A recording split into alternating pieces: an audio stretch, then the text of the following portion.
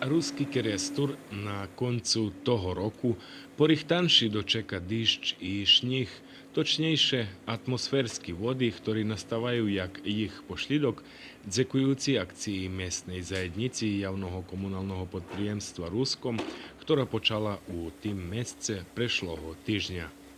Teraz хвильково máme, aj да poviem tak, dva роботи. Jedna to асфальтирання нового населю.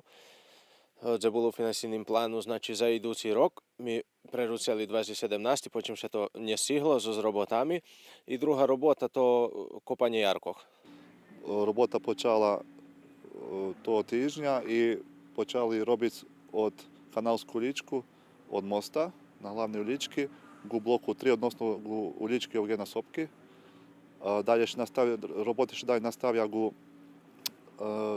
за улічку Євгена Сопки у Бегелю і везеться коло нового населя, тут великий ярок, який відводить воду з долини і далі до Бегелю і шицьку атмосферську воду з блока 3.